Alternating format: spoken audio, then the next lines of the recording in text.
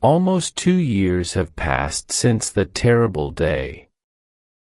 I never wanted to speak about it again, but I feel it is my responsibility to describe the events leading up to it. A certain Colonel Moriarty, a brother of Professor James Moriarty, is responsible for rumors and lies about the character of my dear friend Sherlock Holmes that I will not repeat here.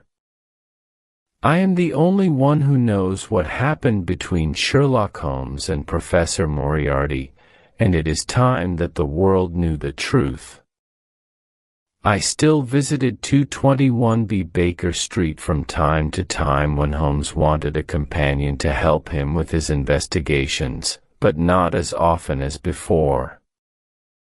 In the final year of my visits, Holmes spent more and more time alone. The mystery he was trying to solve occupied a lot of his time, but he wouldn't speak about it, not even to me. One day in early spring I received a letter from France. Dear Watson, I am working in France for the French government on an important matter that will take me many months to solve.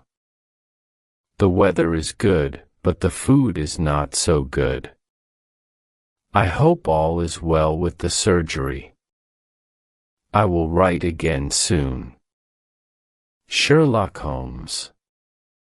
From the letter it seemed clear that I would not see him for some time, so you could imagine my surprise when only a month later he appeared at the window of my surgery. He looked pale and very worried. He entered at a door around the side. I know what you are thinking, he said before I could speak. I looked terrible. I watched as Holmes went around the room making sure all the windows were locked. He closed the blinds. Holmes. What's the matter? I asked. Air guns. He replied. Air guns. I think you know me by now. He continued. I am not a nervous man, but there's a difference between stupidity and courage, and when someone is trying to kill me, I don't want them to have a clear shot through your windows. Do you have anything to drink? I gave him a glass of water. He checked the windows again. I'm sorry for coming here so late. I won't stay long. I think it's best if I leave over the wall at the back, he said. Holmes, please explain what all this is about. He said nothing. I looked at his hand. It was bleeding. I offered him something to clean it with. Holmes, this isn't a little fight. Look at your hand. Are you alone here in the surgery? He asked. Yes, I am now.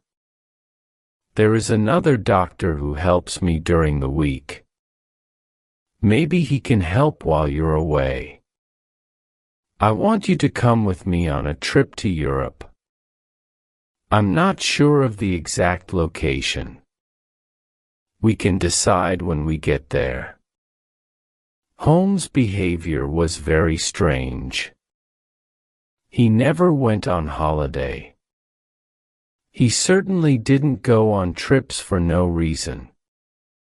He saw the worried look in my eyes. There's only one person I can trust with this information, Watson, and that's you.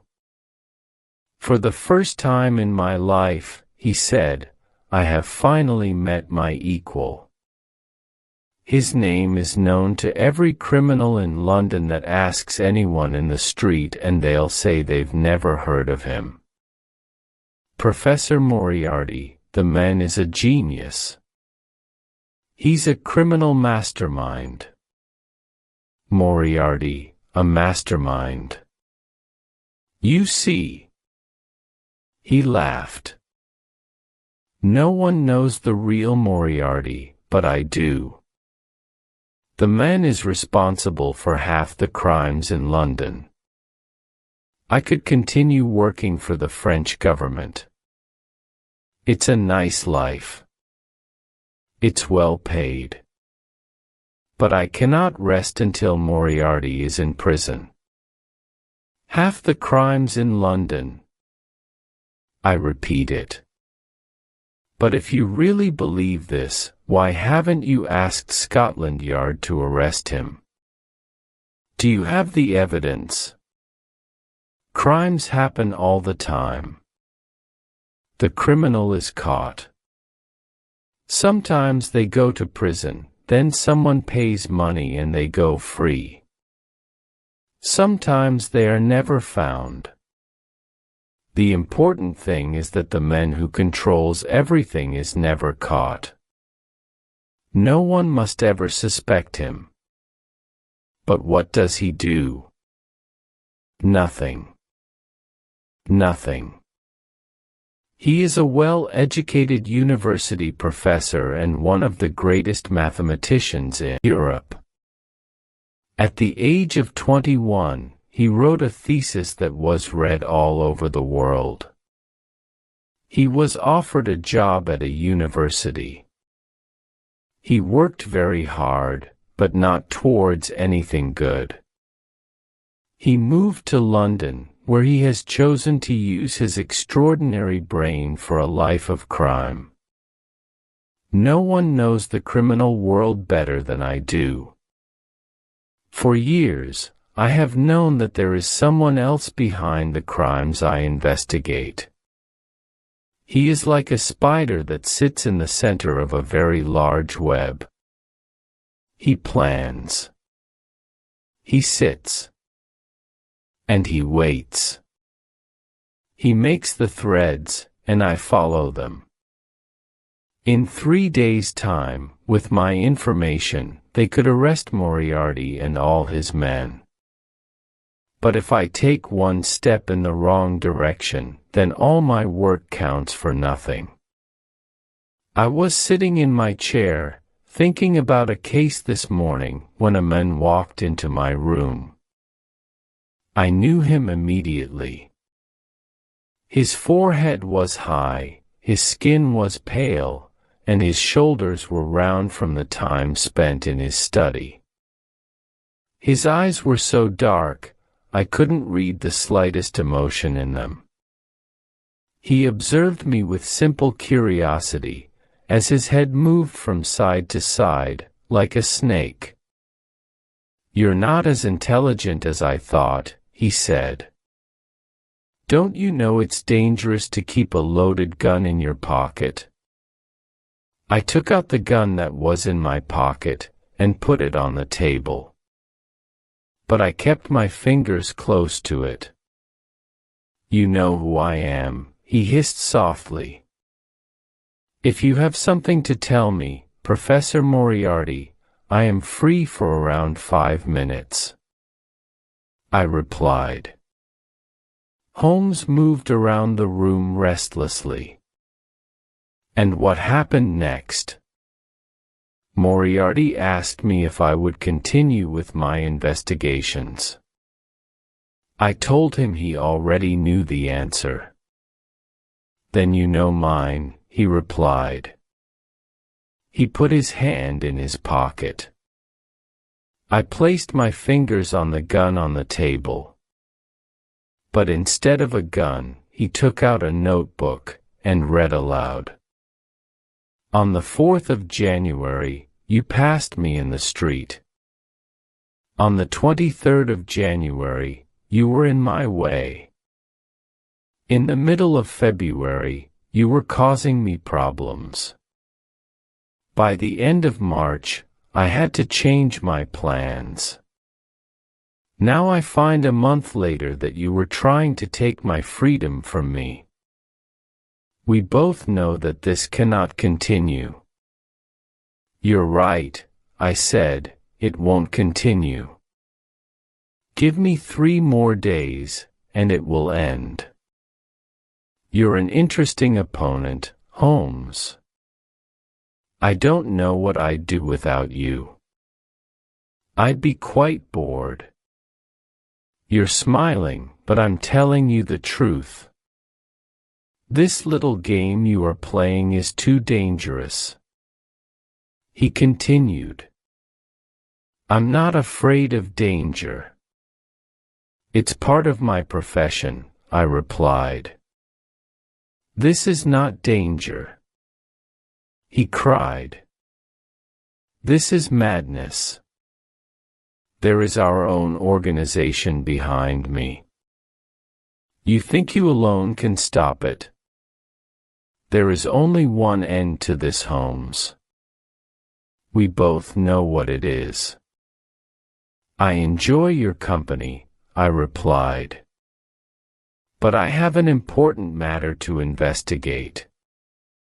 I know every move you make. If you try to destroy me, I will do the same to you. He said, You are too kind if you think I am capable of destroying you. But I will happily accept my own destruction if I can free the world of you, Moriarty. Such a pity, he said as he went out of the door. But you leave me with no choice. Moriarty is a man of his word, and he doesn't waste time. On the way here, I almost lost my life 3 times. First, a carriage with 2 horses came towards me at foreign speed. Fortunately, I jumped from the road just in time. Then, as I was walking around the corner, a stone fell from the top of the town hall. It missed me by the smallest amount. Finally, on the road to your house, a man attacked me. I hit him hard, and he fell over. I was amazed at the way my friend spoke of these events. He was lucky to be alive, and yet he told his story so calmly. You can understand now, Watson, why I shouldn't leave by the front door. He continued, Holmes, you can't go home. You must stay here. Holmes would not listen. He left as planned over the back wall, but only after we had made arrangements for the next day. I'll see you tomorrow morning, he said. Take this note, follow these instructions carefully. Do exactly what it says. Destroy it afterwards. Where will I meet you? I asked. I'll see you on the train. The 3rd carriage from the front is reserved. The next day, I followed Holmes' instructions. I did not take the first cab that arrived outside my door, or the second. I took the 3rd. I gave the cab driver an address to take my luggage to. I got out early, 10 minutes away from the station. I ran around the corner where a horse and carriage was waiting. He didn't ask for my destination. He took me directly to the station. When I arrived, I was just in time for the express train that connects with the ferry to France. I ran as fast as I could, and I saw a porter taking my luggage to a carriage. There was a reserved sign on the window, and I got in. There was a man in the carriage, but it wasn't Holmes. It was a priest. I was confused. Holmes said the carriage was only reserved for us. I sat down, and the train left the station. Where was Holmes? After last night's events, I was very worried for my friend's safety. Then the priest spoke. It's good manners to say, "Good morning, Watson." In moments I realized that Holmes, disguised as a priest, was sitting before me in the carriage. We must be careful. There's Moriarty now, he added. I looked out of the window and saw a man running towards the train, shouting angrily at the guard. I could see his large forehead and small dark eyes in the distance. Holmes smiled, sat down, and took out a newspaper. "Holmes, this can't continue. Tell the police they have to arrest Moriarty.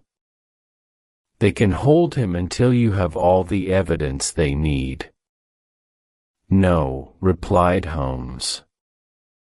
"There are too many fish in this net, and I intend to catch them all. Now, we must plan what to do next. Moriarty will soon catch the train." "How?" I asked. "This is the express train. There aren't any faster trains. Think, Watson," sighed Holmes. "Moriarty is as intelligent as I am. Imagine I'm Moriarty. What would I do? You could hire a private train." "Precisely." 55 minutes later, the train stopped at a station. "Quick," said Holmes. "We're getting off here." "What about our bags?" I asked. "They arrive in Paris, where one of Moriarty's men will wait for us to come and collect them. We won't be there, of course, because we're getting a ferry to Belgium. We'll buy new bags and new clothes on the way." We jumped off the train. Holmes pulled me to the ground and we hid behind some bags on the platform. I watched as the train left and our own luggage disappeared. At that same moment, another train passed by on another platform, going at full speed. A man looked out of the window. We saw the face of Professor Moriarty. "We guessed his plan," said Holmes. "We're lucky. He didn't guess mine." On the third day of our travels in Europe, Holmes sent a telegram to the police. Later that evening, he received a reply. "I knew it," he cried. "Have they caught Moriarty?" I asked. He shook his head. "He has escaped. You should return to England, Watson.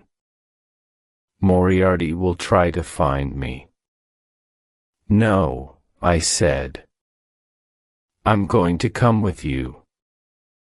We discussed the matter for over an hour until Holmes became bored and agreed that I could stay. Holmes decided it was best for us to walk from France into Switzerland with the help of a local guide. One day, after days of walking, we sat down on a pretty area of grass to eat. I looked up and saw a huge rock falling from the top of the mountain towards us. I jumped out of the way and pushed Holmes to one side. I was surprised the guide didn't try to help. He told us coldly that rocks often fell from the mountain. It was wise to be careful. "Who's there?" I cried. I ran up the hill, but there was no sign of anyone. Holmes decided to change our plans. We took a different route into Switzerland and we left our guide. Finally, we crossed over the Alps. We arrived at a small village where we rested at the guest house. The owner spoke good English. He knew London well from his time there in one of the city's finest hotels. He told us about the sights in the area.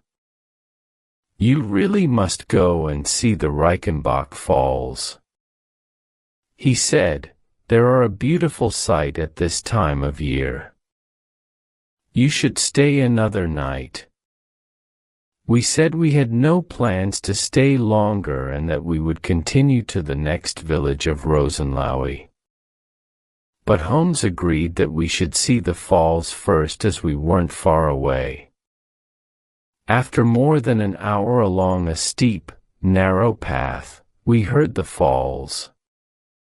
The water from the melted snow from the mountains fell into the depths below with a sound like thunder. The path ended at the waterfall. The only way back was along the same path we came. Smoke seemed to rise from the black rock at the bottom, like a cauldron. I shouted to Holmes, who was at the end of the path. I heard the echo of my voice from the bottom of the falls. We rested on a rock near the falls to admire the view. Soon after, a young Swiss boy came running towards us with a note in his hand. He had docked on. He shouted to me. He handed me the note. It was written in English. "A young English woman is very ill.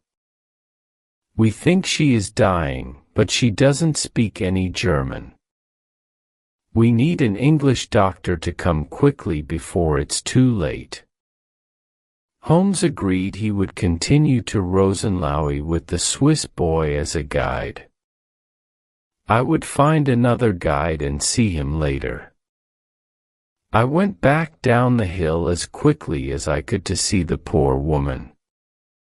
"Where's the patient?" I asked. "I hope she's not worse." "What do you mean?" the guest house owner asked. I handed him the note, written on hotel paper. "Didn't you write this?" I asked. "No," he said. "This is very strange. Can you remember anyone asking you for paper?" "Not long before you left, a well-educated Englishman came here. I didn't wait to hear any more, because I knew the rest. When I was coming down the path to the hotel, I remembered seeing a man on the other side of the hill walking up towards the falls. He was tall and thin, and I ran back up the path, but it took longer to go up than to come down. When I arrived, Holmes wasn't there. My worst fear was true. There wasn't a sick English lady. It was all a lie, so that I would leave Holmes. I tried to think what Holmes would do. It didn't take long to find out what happened. The sight of Holmes' walking stick against a rock nearby told me that his journey went no further than the end of the path by the waterfall. There were no footprints returning back towards the path. I could see the torn roots of plants, and finally the mark of a long fingernail in the ground at the edge of the falls. I looked over into the black water beneath, and shouted as loudly as I could. "Holmes! Sherlock Holmes! Sherlock Holmes!" Came the echo of my own voice. I shouted again, but it was no good. In that cauldron was one of the world's most dangerous criminals, and in my stomach I knew my friend, and one of the world's greatest detectives was with him until the end. Then on the rock next to the walking stick, I saw a small silver case. I picked it up. There was a note inside. It read, "I am grateful to Professor Moriarty for giving me this opportunity to write to you. Now I will finally defeat one of the world's greatest criminals. Tell everyone the news. The police have all the information they need. I have left a fire with my brother, my craft. I am sorry, Watson, because I know this will be particularly difficult for you, my dear friend. But my disappearance from this world is the price I must pay. Yours truly, Sherlock Holmes." When I understood the guide was paid by Moriarty, and Holmes was left alone for the final battle with Moriarty, which ended, so the local police say, with both men falling to their deaths in the falls. The information Holmes left with the police was enough to send most of Moriarty's men to jail, but little was ever said of their leader, which is why I feel it is my duty to speak of it now. I cannot replace the emptiness that has been left in my life. But maybe Holmes was right. His disappearance was the price only a brilliant detective could pay. Sherlock Holmes was, and always will be, the best and wisest man that I have ever known.